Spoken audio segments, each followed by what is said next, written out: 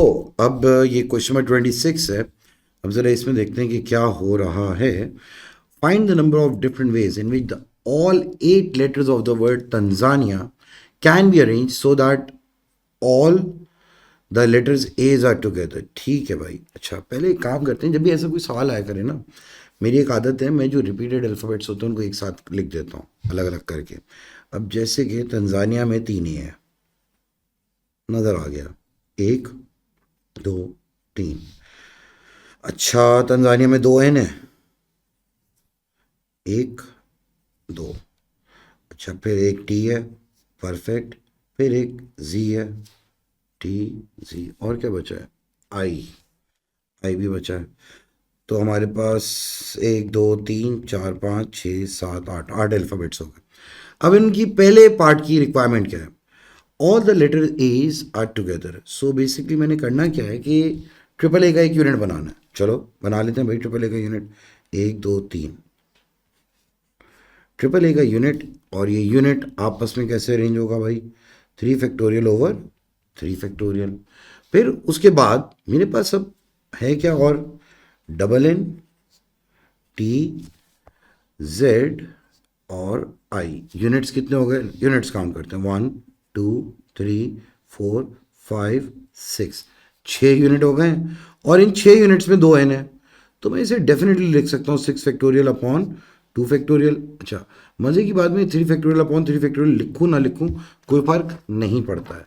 तो हमारा जो आंसर आ रहा है 6 फैक्टोरियल 720 डिवाइड बाई 2 360। परफेक्ट। इसका आंसर आएगा 360। फिर इसके बाद अगला पार्ट क्या बातें कर रहा है? The first letter is a consonant T N Z. Okay, the second letter is a vowel, the third letter is a consonant, the fourth letter is a vowel, and so on alternatively. ये exactly अभी हमने पिछले example में ऐसी कोई चीज़ करी थी, तो वही वाली कहानी है ये। सिंस ये एक ही साल के सेम वेरिएंट के क्वेश्चन है ना, तो एक ही जैसे हैं। चलो फिर भी देख लेते हैं हम। एक काम करता हूँ मैं अपनी आसानी के लिए, पहले कॉन्सोनेंट्स एक जगह कर लेता हूँ, फिर वॉवल्स एक जगह कर लेता हूँ। कॉन्सोनेंट्स मेरे पास क्या हैं? कॉन्सोनेंट्स हैं मेरे पास एन एन टी जेड। ये हो गए मेरे पास कॉन्सोनेंट्स। फिर वॉवल्स क्या है मेरे पास? ट्रिपल ए एंड एक आई। अच्छा, अब हमारे पास कहानी कुछ ऐसी हुई है कि 4 वॉवल्स हैं और 4 कॉन्सोनेंट है।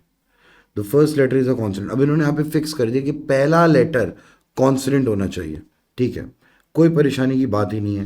अब हम लोग पहले तो 8 डैशेस बनाएंगे। 1 2 3 4 5 6 7 8। First letter is a consonant भाई। कॉन्सोनेंट, फिर कॉन्सोनेंट, फिर कॉन्सोनेंट, फिर कॉन्सोनेंट। यही बात करी थी, ऑल्टरनेटिवली चले। फिर हम बात कर रहे हैं वॉवल वॉवल वॉवल वॉवल। अब हम लोगों को इतना पता है कि भाई हमारे पास हैं 4 consonant. 4C1, 3C1, 2C1, 1C1। फिर जहाँ तक वॉवल्स की बात है, 4C1, 3C1, 2C1, 1C1। लेकिन यहाँ पे एक मसला है भाई, रेपिटेशन भी तो है इनकी। तो पहले मैं कॉन्सोनेंट्स को देखता हूँ। 4C1 into 3C1 into 2C1 into 1C1, सारे कॉन्सोनेंट्स हो गए। लेकिन 2 कॉन्सोनेंट्स रिपीटेड हैं, 2 एन, डिवाइड कर दिए 2 फैक्टोरियल। एंड देन हमारे पास वॉवल्स कितने? 4 हैं, लेकिन उनमें 3 ही हैं। तो 4C1 into 3C1 into 2C1 into 1C1, and then 3 है एज, तो 3 फैक्टोरियल। तो हमारे ये जो आंसर बन जाएगा भाई 4C1 2C1 3C1 1C1, 4 factorial बन जाता है।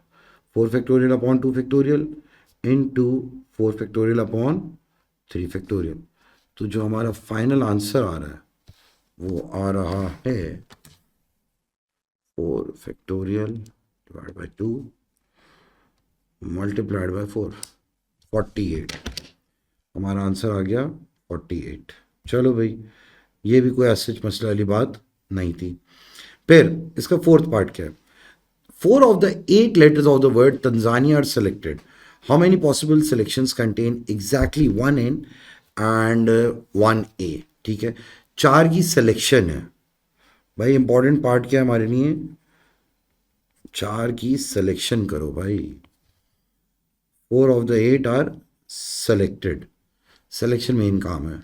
और इन्होंने कह दिया how many selection are there, exactly 1N और 1A, एक एन हो और एक ए, यानी कि ये तो फिक्स कर दिया ना मैंने। तो भाई इसका ये मतलब हो गया 1N एंड 1A, ये दोनों फिक्स है। अब हमारे पास बचे क्या हैं, T, Z और I। इन तीन में से मुझे कोई से भी दो और चाहिए होंगे, एग्जैक्टली दो फिक्स करने को कहा है ना इन्होंने, और अरेंजमेंट यहाँ पे नहीं है। तो मैं क्या करूँगा कि भाई जब जो रिपीटेड आइटम्स थे उनमें से एक एक आइटम फिक्स हो गया, तो मेरे पास बच क्या रहा है भाई, खाली TZI नॉन रिपीटेड। तो हम इन तीन में से कोई से भी दो ले आएंगे। तो इसका आंसर सीधा सीधा है 3C2 which is 3 ways, that's it. इसमें ज़्यादा कोई साइंस है ही नहीं। फिर आ जाते हैं फोर्थ पार्ट में। भाई फोर्थ पार्ट में क्या हो रहा है, एग्जैक्टली एक एन आया। यार अगर फर्ज करो एग्जैक्टली एक एन है, एज पे तो कोई रिक्वायरमेंट नहीं डाली, ओके। अगर एग्जैक्टली एक एन फिक्स कर दिया, मैं देखता हूँ मेरे पास बच क्या रहा है। देखो आपने अपने पास ये चीज़ें लिखनी होंगी, AAA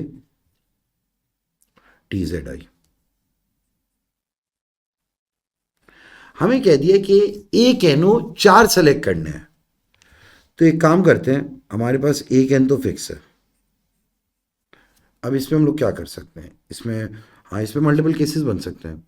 एक तो ये हो सकता है कि तीनों ए आ गए, ऑल इज, तो ये तो एक ही तरीका है। और फिर ये एक हो सकता है कि भाई हमारे पास एक एन हो और एक ए हो। एक ए अगर आ गया तो बाकी जो TZI हैं इनमें से दो आ गए, 3C2 विच इज़ 3। अच्छा फिर एक काम ये भी हो सकता है कि एक एन तो फिक्स है और फिर हमारे पास दो ए आ गए। भाई अगर मेरे पास दो ए आ गए और फिर एक और मुझे चाहिए, तो मैंने उस एक और के लिए क्या करा, TZI में से कोई एक आ गया, तो ये हो गया 3C1 विच इज़ ऑल्सो 3। अब इसमें हमारे पास 3C1 3C2 तीन तीन छः, और क्या हो सकता है भाई, AAA कर लिया। फिर ऐसा भी तो हो सकता है कि एक भी ए ना है, हाँ TZI आ जाए।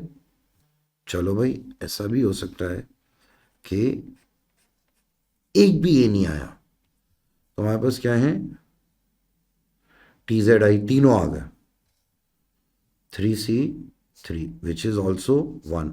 तो मेरे पर टोटल तरीके कितने आ रहे हैं, तीन तीन छः छः दो आठ, 8 ways, दैट्स इट। फिर इसके बाद अच्छा इसके सवाल के टोटल 4 ही पार्ट्स हैं। अच्छा इस सवाल में थोड़ा सा सोचना पड़ेगा। अब ये ऑन द स्पॉट ही सोचने का गेम है, बच्चे को ऑन द स्पॉट ये चीज़ें क्लिक होनी चाहिए। इसीलिए मैंने आप लोगों को बेटा वो जो एग्जांपल्स कराए थे ना, टोक्यो, एज्यूम्ड बिजनेस, वो इस वजह से कराए थे। ऐसे सवालात मेरे जहन में उस वक्त चल रहे थे। चलें अब अगले सवाल पे चलते हैं हम लोग।